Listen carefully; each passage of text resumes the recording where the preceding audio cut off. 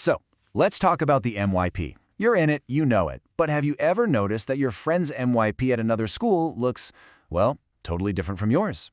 Today we're digging into exactly why that is, and it all boils down to some brilliant flexibility built right into the very heart of the program. Right? Maybe your friend started their MYP in a different grade, or maybe they're taking fewer subjects than you are in the final years. It can be a little confusing for sure.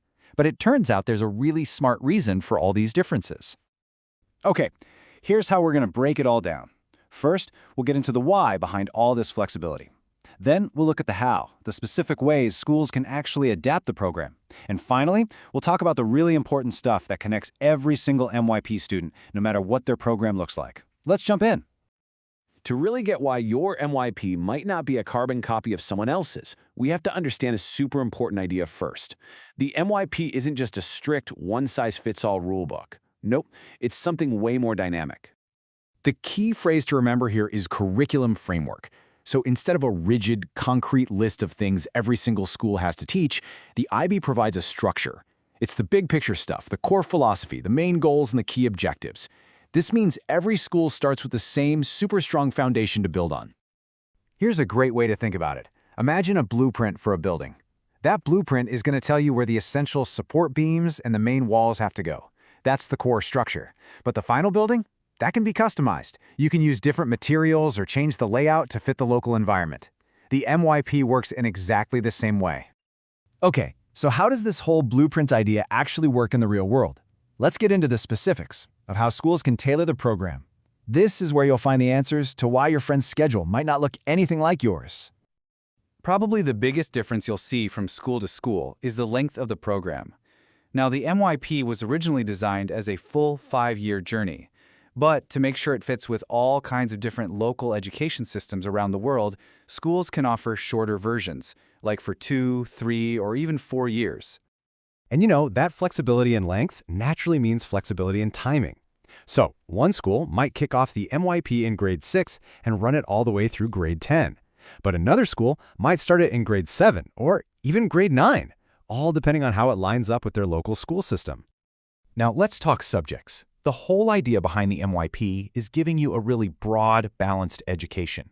And it does that with these 8 subject groups. This is what makes sure you're getting a rich, well-rounded experience, especially in those early years.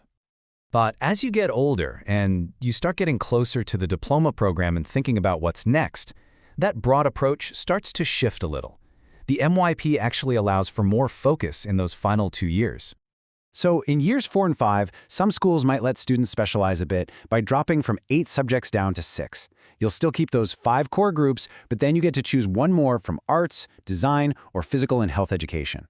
This is awesome because it gives you more time to really dig into the subjects you're most passionate about. So what's the big reason for all this wiggle room? This quote from the IB says it all, really.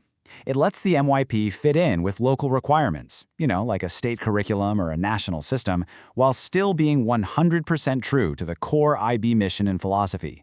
It's all about being both global and local at the same time.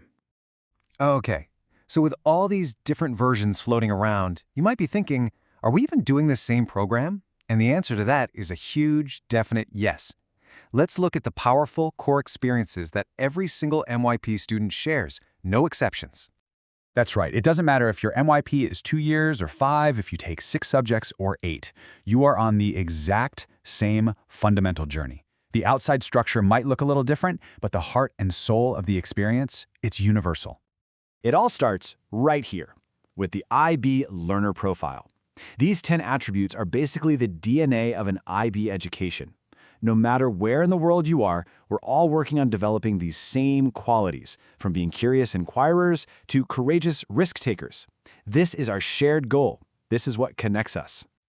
Next up, the approaches to learning, or ATL skills. This is the how of your education. It's not just about what you learn, but how you learn it. Every MYP school on the planet is explicitly teaching these skills, things like collaboration and critical thinking, to make sure you're ready to be an independent, lifelong learner. We also all connect our learning to the big, messy, real world through these 6 global contexts. These are like the lenses we use to help us answer the question, so what? Why does this even matter? So whether you're in a science class or an arts class, you're exploring huge ideas like globalization and sustainability, or fairness and development. And finally, every single MYP journey builds towards a big final capstone experience. For most of you, that's going to be the personal project in your final year. An amazing chance to deep dive into something you're truly passionate about. If you're in a shorter program, it's the community project.